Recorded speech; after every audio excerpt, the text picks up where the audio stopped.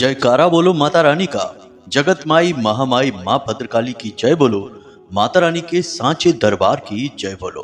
कन्या राशि वालों, आप सभी का बहुत बहुत स्वागत है कन्या मंथन भिंड यूट्यूब चैनल में। बंधुओं, फरवरी के इस महीने में पानी में मिलाकर पी लेना ये दो चीजें इतनी अधिक शक्तिशाली हैं कि इस फरवरी के महीने में जो राहु का महीना है आपको रातों रात करोड़पति बना देंगी। जी हाँ बंधुओं, ये दो चीजें लक्ष्मी को आपकी ओर ऐसे खींच कर लाएंगी जैसे कि चुंबक लोहे को खींच कर लाता है। लेकिन सबसे बड़ी बात यह है कि आपके जीवन में जो समस्याएं हैं, बाधाएं हैं, कष्ट हैं, जिनकी वजह से आप दिन रात सो नहीं पाते हैं, चैन से रह नहीं पाते हैं, आपकी चिंताओं के जो कारण हैं वे सब एक झटके में समाप्त हो जाएंगे। याद रखना कि इन दो चीजों का सीधा संबंध राहु से है और राहु ऐसा ग्रह है जो रातों रात जीवन में परिवर्तन लेकर आता है। जैसे कि कहावत कही जाती है कि रातों रात करोड़पति बन जाना या छप्पड़ फाड़ कर धन दौलत आ जाना, ये सारी कहावतें राहु को लेकर ही बनी हुई हैं। तो अब आपकी बारी है जब आप राहु से जुड़ी इन दो चीजों का प्रयोग करके राहु की 100% शक्ति को अपने लिए प्रयोग कर पाएंगे। और राहु जब आपके पक्ष में होगा तो आपके जीवन से सबसे पहले नकारात्मकताओं को हटा देगा। याद रखना कि राहु एक ऐसा ग्रह है जिसकी बुद्धिमानी और चतुराई की कोई सीमा नहीं है। एक राक्षस होते हुए भी देवताओं को मूर्ख बनाकर इस राहु ने अमृत पान कर लिया था और ग्रहों के राजा सूर्य देवता को भी ग्रहण लगाने का दम रखता है राहु। तो अब यहीं से राहु की शक्ति का आप अंदाजा लगा सकते हैं। अब एक बात यहाँ पर हम आपको बता दें कि राहु एक राक्षस ग्रह है, यानी कि जीवन में कलह, क्लेश, परेशानी, दुख, तकलीफ का सबसे बड़ा कारण राहु बनता है। लेकिन राहु के साथ अच्छी बात यह है कि यदि राहु को सकारात्मक कर लिया जाए या कुंडली में राहु ऐसे भाव में बैठा हो जहां लाभ प्राप्त हो रहा है या किसी शुभ भाव में बैठा है या शुभ ग्रह के साथ बैठा है, तब राहु जातक को राजाओं जैसा सुख देता है। तो अब राहु को अपने अनुकूल बनाने का क्या तरीका है? इसका तरीका है कुछ जरूरी विशेष उपाय और जीवन में कुछ जरूरी विशेष क्रियाएं जो आपको लगातार करनी होगी। याद रखना कि जीवन में कभी कभार ही ऐसा समय आता है जो राहु से प्रेरित होता है और ऐसे समय में जातक यदि बुद्धिमानी से चले तो वह इतनी तरक्की हासिल कर लेता है कि फिर उसे कभी मुड़कर पीछे देखने की जरूरत ही नहीं पड़ती है। अभी आपके जीवन में वही समय चल रहा है जब राहु को आप अनुकूल बना सकते हैं और राहु के इस विशेष समय में अपने जीवन में क्रांतिकारी बदलाव ला सकते हैं।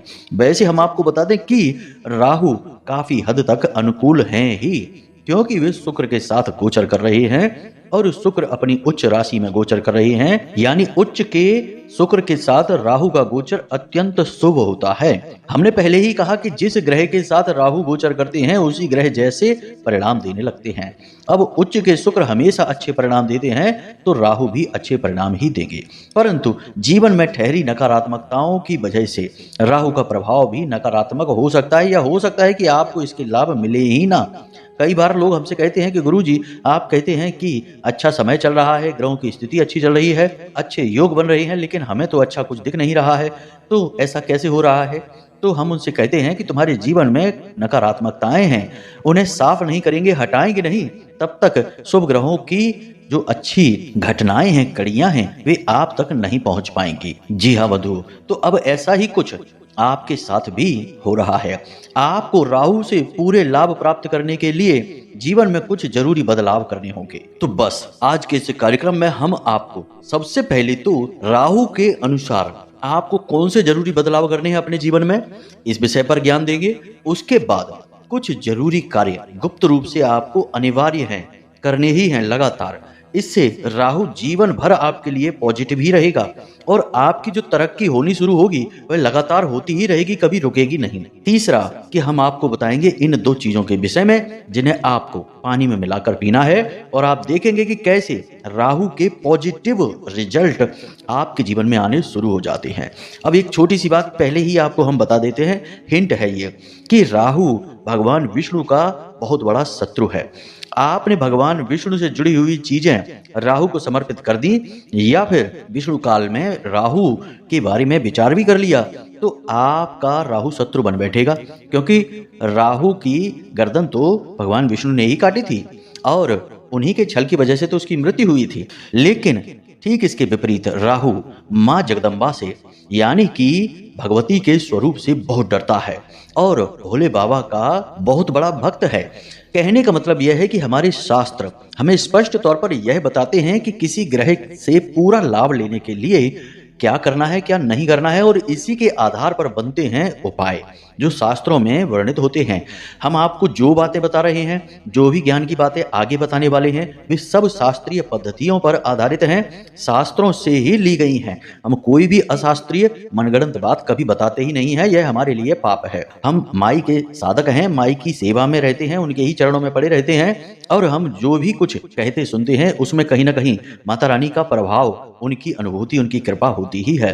तो हम यह कोशिश करते हैं कि हमारे मुख से कोई भी ऐसी चीज न निकले जो कि अनर्गल हो, प्रलाप हो और समय की बर्बादी हो।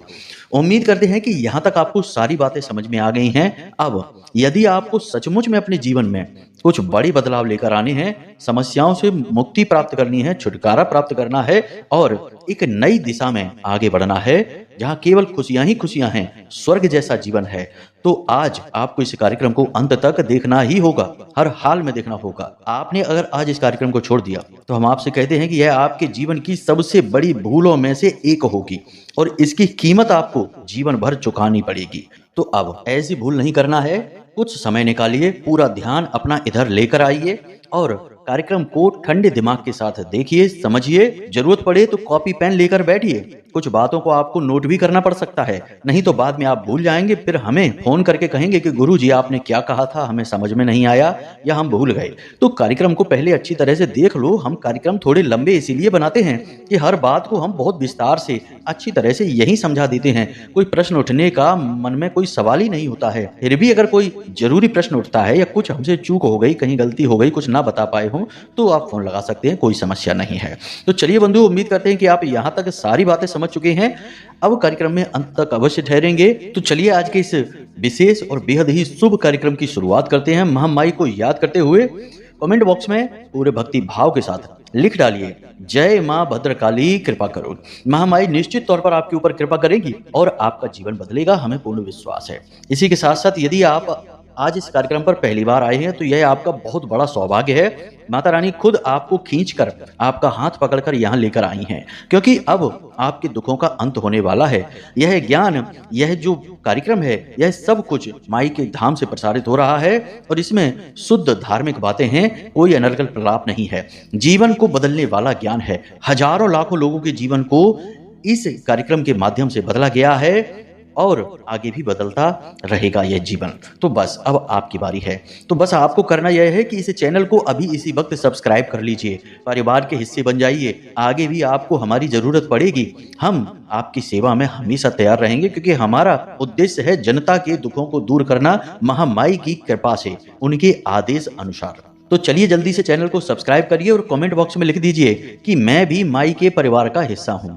ऐसा लिखते ही हमें बहुत अच्छा लगेगा, हमें पता चल जाएगा कि हमने माई के इस परिवार को और बड़ा बना दिया है, इसमें कुछ नए बालक बालिकाएं और जोड़ दी हैं। तो चलिए बंधुओं, जल्दी से चैनल को सब्सक्राइब करके कमेंट बॉक्स में लिख डालिए कि मैं भी माई के परिवार का हिस्सा हूं। तो बस अब चलिए अपने मूल विषय को प्रारंभ करते हैं। अब ध्यान से सुनिए बंधुओं, अगर आप अब भी सोच रहे हैं कि कुंडली का विश्लेषण कराएं कि नहीं कराएं, क्यों कराएं, क्या जरूरत है कुंडली विश्लेषण कराने की, तो ध्यान से सुनिए। आप इस समय 3 तरीके की स्थितियों में फंसे हुए हैं। एक स्थिति तो यह है कि आपके ऊपर बहुत कर्जा है, व्यापार चल नहीं रहा है, घर में भी क्लेश रहता है, रिश्ते नातों में भी उथल पुथल मची हुई है। तो अब इस स्थिति में आप कैसे फंसे? कोई ना कोई ग्रह था जिसने परेशान किया, तो इससे बाहर निकलने का मार्ग क्या है? कुंडली में छुपा हुआ है, इसलिए कराइए। दूसरा कि आप कुछ जीवन में करना चाहते हैं, निर्णय ले नहीं पा रहे हैं, समझ में आ नहीं रहा है कि क्या करें क्या ना करें, तो इस स्थिति में श्रेष्ठ मार्गदर्शन कौन करेगा? आपके ग्रह, आपकी कुंडली। तीसरा कि आपकी जिंदगी में आपने सब कुछ हासिल कर लिया है, कामयाबी भी हासिल कर ली है, रिश्ते नातों में भी सुख शांति है, परंतु आपके मन में एक बेचैनी है, क्योंकि अब तक शायद आपने वह हासिल नहीं कर पाया जिसके लिए आपका जन्म इस धरती पर हुआ था। यानी कि अपने सही उद्देश्य को आप अब तक हासिल नहीं कर पाए हैं। तो वह उद्देश्य क्या है, क्यों आप इस धरती पे इस संसार में आए हैं, उस उद्देश्य को जानना है। इसको जानने के लिए आपको कुंडली दिखानी है। तो आपके जीवन में जो भी परिस्थितियां हैं, इन परिस्थितियों के सही कारण और उनके निवारण को केवल आपकी कुंडली बता सकती है, इसलिए आपको कुंडली दिखानी है। तो बस अगर आप ऐसी परिस्थितियों में हैं तो नंबर हमने वीडियो में दे रखे हैं, किसी भी नंबर पर 10 बजे से 4 बजे के बीच फोन लगाइए। छोटी सी दक्षिणा देने के बाद अपनी कुंडली का श्रेष्ठतम आकलन करा लीजिए। जय माई की। जो भी बातें अब हम आपको बताने वाले हैं, इनमें कई तरह की परतें होंगी, कई तरह के इसमें रूप होंगे अलग अलग बातों के, तो इन्हें समझना होगा आपको। सबसे पहले बात करते हैं कि राहु शुभ और अशुभ कैसे हो जाता है एक झटके में। जैसे ही आप निराशा में डूबते हैं, नकारात्मक भावनाओं में डूबते हैं, अपने जीवन के प्रति उदासीन हो जाते हैं, दुखी हो जाते हैं, आपका राहु नकारात्मक हो जाता है। राहु आशा पर चलता है, उम्मीद पे चलता है। आपके मन में नई उम्मीदें हैं, आशाएं हैं, आशा की एक किरण भी है, तो आपका राहु सकारात्मक है। इसीलिए बड़े बुजुर्ग हमेशा यह बात कहते थे कि उम्मीद कभी नहीं छोड़नी चाहिए, क्योंकि जिसने उम्मीद छोड़ दी उसका राहु तुरंत नकारात्मक हो गया और फिर वह आपको भयंकर नकारात्मक विचारों में डुबा देगा, डिप्रेशन में डाल देगा। और कुछ लोग तो गलत कर्म भी कर बैठते हैं, जिसके बारे में हम बोलना नहीं चाहते हैं, आप खुद ही समझदार हैं। तो ऐसा नहीं करना है। राहु किसी भी हद तक आपको परेशान कर सकता है, दुखी, प्रताड़ित कर सकता है और किसी भी हद तक आपको सुख दे सकता है, इसकी कोई सीमा नहीं है। तो राहु को नकारात्मक कभी ना होने दें। अपने मन में हमेशा सकारात्मक विचार रखें, हमेशा पॉजिटिव रहें और कुछ अच्छा जीवन में होगा, इस बात की उम्मीद हमेशा बनाकर रखें। अब आप कहेंगे कि हमारे जीवन में तो लगातार कष्ट हैं, घाटे पर घाटा होता जा रहा है, कर्जा बढ़ता जा रहा है, काम धंधे व्यापार चल नहीं रहे हैं, और आप कहते हैं कि उम्मीद बनाकर रखिए। कैसे उम्मीद बनाकर रखें? तो बंधुओं, आप खुद ही समझिए। अब बुद्धिमानी वाली बात है, जरा इसे आप ध्यान से समझना कि जब स्थितियां सकारात्मक हैं, सब कुछ जीवन में अच्छा चल रहा है, तब तो उम्मीद कोई भी बना सकता है, इसमें आपकी परीक्षा कहाँ है। लेकिन जब परिस्थितियां नकारात्मक हैं, सब कुछ बुरा बुरा ही हो रहा है जीवन में, ऐसे में उम्मीद को बनाकर रखना बहादुरी का काम है। और यही बहादुरी आपके अंदर हमने देखी है। जैसे कि हमने आपकी राशि का अध्ययन किया है, आपको समझा है, आपके जीवन के उतार चढ़ाव को जाना है। हम जानते हैं कि आपके अंदर हमेशा एक उम्मीद की किरण बाकी रहती है। आप अपनी परेशानियों से तो कभी दुखी नहीं होते हैं, आप दुखी होते हैं आपके अपनों के द्वारा की गई बातों से, उनके द्वारा किए गए कार्यों से, उनकी हरकतों से आप दुखी होते हैं। आपके दुख का कारण यह नहीं कि आप परेशान हैं, आपके दुख का कारण यह है कि आपके जो अपने हैं वे आपको हमेशा छलने का प्रयास करते रहते हैं, हमेशा आपका फायदा उठाने की कोशिश करते हैं। उन्होंने कभी आपको नहीं समझा और फिर ऐसे लोग ऐसी ऐसी बातें कह देते हैं जो आपके दिल में चुभ जाती हैं। यानी कि आप अपनी परेशानी से नहीं, अपने अपनों से परेशान हैं। तो अब ऐसे में जब आपके ऊपर इन बातों का प्रभाव अधिक बढ़ जाता है, तो कभी कभी आप बहुत अधिक नकारात्मक हो जाते हैं, उम्मीद हार जाते हैं, दुखी हो जाते हैं, अकेले में बैठकर 2 आंसू भी बहा लेते हैं और फिर थोड़ी देर बाद उम्मीद जागती है और आंसू पहुंचकर चुपचाप मुस्कुराते हुए चेहरे के साथ दिल में गम को, तकलीफ को छुपाकर बाहर निकल आते हैं। तो ये जो स्थिति बनती है, इस स्थिति में राहु आपके लिए नकारात्मक हो जाता है। तो अब कहने का मतलब यह है कि अब से जैसे ही कोई इंसान आपके लिए ऐसी बात बोले जो आपको दुखी करती है, परेशान करती है, उस इंसान से तुरंत पीछा छुड़ा लीजिए। समझ लीजिए कि वह इंसान एक जोंक के समान है जो आपका खून पीना चाहता है, आपको बर्बाद करना चाहता है। मनोवैज्ञानिक तौर पर, दिमागी तौर पर वह आपको खोखला कर देगा और आपकी सारी शक्ति समाप्त कर देगा। तो उससे दूरी बनाने में ही भलाई है। उससे पीछा छुड़ा लेंगे तो आप हमेशा पॉजिटिव रहेंगे और पॉजिटिव रहेंगे तो आपके जीवन में अच्छी अच्छी घटनाएं घटनी शुरू हो जाएंगी। मतलब कहने का यह है कि सबसे पहले काम आपको अपने ऊपर ही शुरू करना होगा, खुद की विचारधारा को बदलना होगा, नकारात्मक गलत लोगों से दूर रहना होगा, चाहे कोई कितना ही अपना क्यों ना हो, खास से खास रिश्ता ही क्यों ना हो। यदि वह आपको प्रताड़ित करता है, बातों से दुखी करता है, आपका शोषण करता है, तो उससे दूरी बना लीजिए, मानसिक दूरी बना लीजिए। उतनी ही बात करिए 2 शब्दों वाली, उससे ज्यादा बात ना करिए, वरना वह आपको फिर से घेर लेगा और आपका शोषण कर लेगा। ऐसे लोगों से दूर रहना चाहिए, पहली चीज तो यह है। दूसरी चीज यह है कि आपको रोज सुबह जब आप सोकर जागें तो कम से कम आधे घंटे के लिए मौन रहना है। फोन नहीं देखना है, किसी से बात नहीं करनी है, कोई नाम स्मरण नहीं करना है, भजन नहीं सुनना है, कोई भी कार्य नहीं करना है। चुपचाप एकांत में एक जगह बैठकर आंखें बंद करके मौन हो जाना है, बैठ जाना है। और अगर सही लगे तो आप अपने घर की छत पर जा सकते हैं, कहीं किसी एकांत जगह पर जा सकते हैं। घर से बाहर जाने की कोई आवश्यकता ही नहीं है, घर में ही, कुछ नहीं तो अपने बिस्तर पर ही बैठ जाइए। सूर्योदय से पहले जागिए, उस समय वैसे भी कम लोग ही जागते हैं तो शांति रहती है।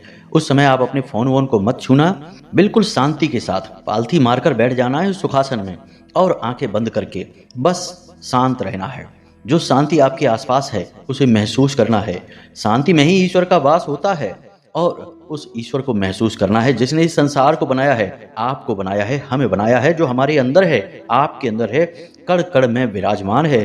तो जो आपके अंदर भी रह रहा है उस ईश्वर को महसूस करना है, मतलब कि दिव्य आध्यात्मिक अनुभव लेना है। इससे आपके अंदर एक गजब की सकारात्मक ऊर्जा दौड़ेगी, आपका ऊर्जा क्षेत्र मजबूत हो जाएगा और आपका राहु भी गजब का सकारात्मक आपके लिए हो जाएगा। जैसी आपकी मन स्थिति वैसी ही आपकी परिस्थिति, और यह परिस्थिति निर्मित होती है आपकी ग्रहों की दशाओं के अनुसार, और ग्रहों की दशाएं आपके मन के अनुसार निर्मित होती हैं। जी हाँ बंधुओं, याद रखना, आप यदि नकारात्मक हैं तो हर ग्रह आपके लिए नकारात्मक हो जाएगा, चाहे कितना ही शुभ ग्रह क्यों ना हो। शुभ ग्रह शांत हो जाएगा और अशुभ ग्रह सक्रिय हो जाएगा। तो आपको ऐसे में अपने आप को संभालना है। तो यह कार्य प्रतिदिन आपको करना है और अपनी वाणी पर पूर्ण नियंत्रण रखना है। भावनाओं पर तो नियंत्रण आपको रखना ही रखना है, किसी को भी इतना अधिकार नहीं देना है कि उसकी दो बातें सुनकर आपका मन खराब हो जाए। ऐसे लोगों से दूरी बनानी है, हमने पहले ही कह दिया है। अब आपको अपनी वाणी पर भी नियंत्रण रखना है। हमेशा शुभ शब्द ही अपने लिए बोलिए, दूसरों से तो अच्छा बोलिए ही बोलिए, अपने लिए भी अच्छा बोलिए। भूल कर भी कभी ऐसे शब्द अपने मुख से ना निकालिए कि हमारी तो किस्मत ही खराब है, आज का तो दिन ही खराब है, ये दुनिया खराब है, हमारा तो वातावरण ही खराब है, अब हमारे जीवन में कुछ नहीं हो सकता, अब तो बस दुख ही देखना है, जिंदगी का अब कोई ठिकाना नहीं है। इस तरीके की बातें आपको भूल कर भी नहीं करनी हैं। याद रखना है कि जैसी आप बातें करते हैं वैसी ही आपकी मन की स्थिति बनती जाती है, और जैसी आपकी मन की स्थिति होती है वैसी ही आपकी परिस्थिति बनती जाती है। आपने देखा होगा कि जो लोग बहुत कामयाब होते हैं वे हमेशा सकारात्मक बातें करते हैं, नकारात्मक बातें तो उनके मुख से निकलती ही नहीं हैं। बहुत सारी किस्से कहानियां आपने इस विषय में सुनी ही होंगी, जैसे कि कोई कहता है कि हमारी डिक्शनरी में तो नकारात्मक शब्द ही नहीं है, असंभव शब्द ही नहीं है। बहुत सारी कहानियां हैं, उनको नहीं हम बताएंगे, लेकिन मतलब यही है कि सकारात्मक रहना ही कामयाबी की सबसे बड़ी चाबी है। तो आपके जीवन में चाहे कितना ही बुरे से बुरा क्यों ना हो रहा हो, आपको हमेशा अच्छा ही कहना है। और एक कहावत और भी है कि पता नहीं कब जुबान पर सरस्वती बैठ जाए, और यह तो राहु का महीना है, तो राहु की आराध्य देवी तो सरस्वती ही हैं। तो आप जो कुछ कह रहे हैं वह कब सत्य हो जाएगा पता ही नहीं चलेगा आपको। तो अच्छी अच्छी बातें बोलिए, जब भी बोलना है अच्छा बोलिए। बेशक काम धंधे व्यापार में घाटा हो रहा है, परेशानियां आ रही हैं, कर्जा बढ़ गया है, लेकिन अच्छा बोलिए। बोलिए कि हमारा कर्जा अब समाप्त होने वाला है, हमारा व्यापार बहुत अच्छा चलने वाला है, हमारी जिंदगी बहुत सुंदर है, यह जीवन ईश्वर का प्रसाद है, यह सब कुछ जो हमें दुख सुख प्राप्त हो रहे हैं ये ईश्वर हमें दे रहे हैं, और हम ईश्वर के बालक हैं, बच्चे हैं, और ईश्वर अपने बच्चों का कभी बुरा नहीं करते हैं। तो आज की बुराई है लेकिन कल सब कुछ बहुत अच्छा होने वाला है, नया दिन आने वाला है, नई खुशियां नई परिस्थितियां आने वाली हैं। इस तरह से सकारात्मक विचार रखिए, हर बुराई में भी अच्छाई को देखिए, और देखिए फिर कैसे सरस्वती आपकी जुबान पर बैठना प्रारंभ करेंगी। क्योंकि याद रखना कि सरस्वती भी देवी हैं, और देवी देवता शुद्ध जगहों पर बैठती हैं। जिसकी जुबान ही काली है, कड़वी है, जिसकी जुबान में हमेशा गंदगी रहती है, उल्टी सीधी बातें रहती हैं, वहां देवता क्यों बैठेंगे। जब आपकी जुबान शुद्ध हो जाएगी तो उस पर सरस्वती भी बैठेंगी, आपकी बात सच भी होने लगेगी और आपके काम भी चल निकलेंगे। तो हमेशा अच्छी अच्छी बातें अपने लिए बोलिए, दूसरों से भी प्रेम भरी अच्छी अच्छी बातें ही करिए, और अपने लिए तो सबसे ज्यादा अच्छी बातें बोलिए, सकारात्मक बातें बोलिए। भूल कर भी अपने लिए कुछ भी गलत नहीं बोलना है, अपने लिए भूल कर भी किसी को इतनी अनुमति नहीं देनी कि वह आपका अपमान कर दे, वह आपके लिए उल्टी सीधी बातें बोल दे और आप चुपचाप सुनते रहें। ऐसे इंसान से तो दूरी 100 हाथ की बना लेना है। अब कुछ छोटी छोटी सी बातें हैं जिन्हें अपने जीवन में उतारिए। ये तो हमने आपको बता दिया कि कैसे जीवन को बदलना है अपने आचरणों के आधार पर। अब सबसे बड़ी बात कि छोटी छोटी क्रियाएं हैं, इन्हें करना प्रारंभ करिए। जैसे कि जिस पानी से आप स्नान करते हैं उस पानी में 1 चुटकी हल्दी अवश्य मिला लीजिए, प्रतिदिन मिलाते रहिए। दूसरा कि पाउडर वाली नील बाजार में आती है, उस नील को लेकर आइए और प्रतिदिन अपने टॉयलेट में 4 चुटकी नील छिड़क दीजिए और उसे फ्लश कर देना है। 4 चुटकी नील छिड़कना है पाउडर वाली और उसे फ्लश कर देना है। उम्मीद है आप समझ गए होंगे। इस तरह आपका नकारात्मक राहु सकारात्मक होना शुरू हो जाएगा। दूसरा, कुत्तों को प्रतिदिन भोजन कराना है। बिस्किट खिला सकते हैं, कुछ भी खिला सकते हैं, लेकिन कुत्तों को प्रतिदिन अवश्य कुछ ना कुछ खिलाते रहें। गलती से भी कुत्तों को मारें पीटे नहीं। जी हाँ बंधुओं, तो यहाँ तक हमने आपको सारी बातें समझा दी हैं कि किस तरह आप अपने आचार व्यवहार और तौर तरीकों से राहु को 100% शुभ बना लेंगे अपने लिए और रातों रात राहु आपके लिए काम करना शुरू कर देगा। अब हम आपको बताते हैं इन 2 चीजों के विषय में। हमने पहले ही आपसे कहा था कि राहु जो है वह भगवान विष्णु से, नारायण से सख्त नफरत करता है और भोले बाबा का यह दास है, बहुत बड़ा उनका सेवक है। असल में भोले बाबा का एक बहुत बड़ा एहसान भी है इस राहु के ऊपर। तो इस एहसान की वजह से ही यह भोले बाबा की बहुत भक्ति करता है। तो अब आपको क्या करना है, ध्यान से सुनिए। आपको एक रुद्राक्ष लेकर आना है बाजार से। रुद्राक्ष कोई भी हो, लेकिन अगर 5 मुखी रुद्राक्ष है तो सर्वोत्तम होगा।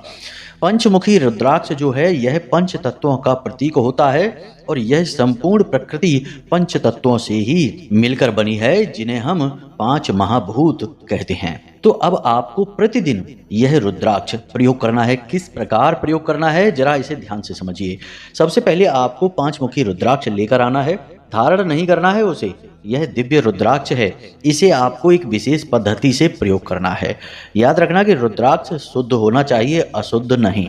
यह स्वयं भोले बाबा का प्रतीक होता है। ऐसे में यदि आप अशुद्ध रुद्राक्ष का प्रयोग करेंगे तो इसमें कई नकारात्मक ऊर्जाएं आपको परेशान करने लग जाएंगी। तो आपको क्या करना है, जरा ध्यान से सुनिए।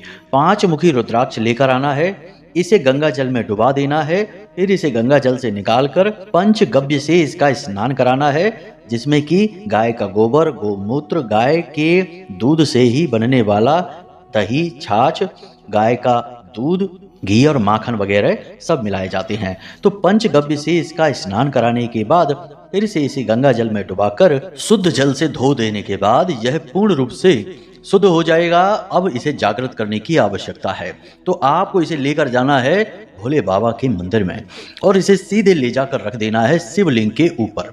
जी हाँ बंधुओं, शिवलिंग के ऊपर रखकर वहीं पर बैठकर रुद्राक्ष की माला के साथ आपको 11 माला ओम नमः शिवाय पंचाक्षरी मंत्र का जाप करना है। बस इतना करना है। उसके बाद इस रुद्राक्ष को लेना है और जलाधारी से बहने वाले पानी से इसे पुनः स्नान करा देना है। अब यह रुद्राक्ष पूर्ण रूप से जागृत हो चुका है। इसे आपको सफेद रंग के कपड़े में लपेट लेना है। कपड़ा साफ, स्वच्छ, नया होना चाहिए, सूती होना चाहिए। इसे लपेट लेना है और लाकर अपने पूजा घर में रख लेना है। इस रुद्राक्ष को आपको रात्रि के समय प्रतिदिन पानी में डाल देना है। जिस लोटे में आप पानी पिएंगे सुबह जागकर, उस लोटे में डाल देना है और इसे ढककर रख देना है। उसी लोटे में आपको थोड़े से काले तिल भी डाल देने हैं। थोड़े से काले तिल और एक रुद्राक्ष जो आपने पूर्ण रूप से जागृत किया है, अभिमंत्रित किया है, और शुद्धता के साथ इसे आपको उस जल में डाल देना है।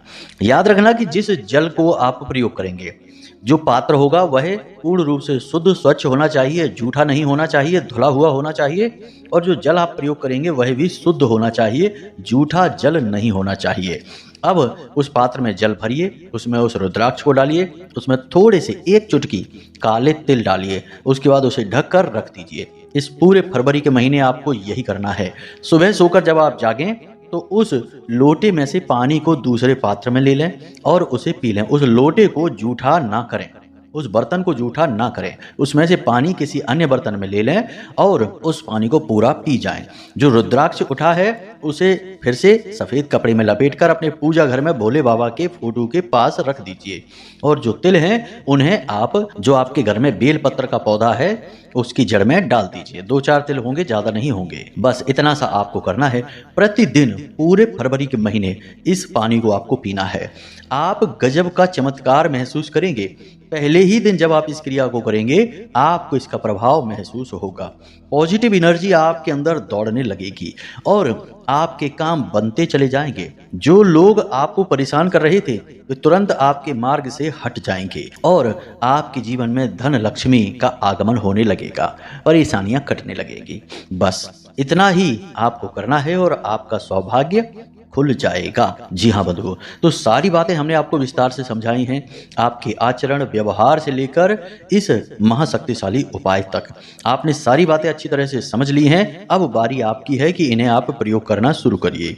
इनके प्रयोग करने की विधि सारी स्पष्ट है, बस आपको अच्छी तरह से विधिवत तरीके से करनी है। तो उम्मीद करते हैं कि सारी बातें आपने समझ ली हैं। अब आप स्वयं अपने जीवन को बदल पाएंगे। करना तो आपको ही है बंधुओं, हमारा काम तो केवल बताना है, बता दिया हमने, अब करेंगे आप तो लाभ भी आपको मिलेगा। तो चलिए बंधुओं, इसी के साथ साथ आज के इस कार्यक्रम को यहीं पर समाप्त करते हैं। हमेशा हंसते रहिए, मुस्कुराते रहिए, सकारात्मक रहिए और महामाई पर अपनी आस्था और विश्वास बनाए रखिए। दिन में एक बार मंदिर अवश्य हो आइए, क्योंकि आपका उद्धार तो वहीं से होना है। तो प्रेम से बोलिए जय माई की जय, मां भद्रकाली। माता रानी आपका कल्याण करेंगी। धन्यवाद।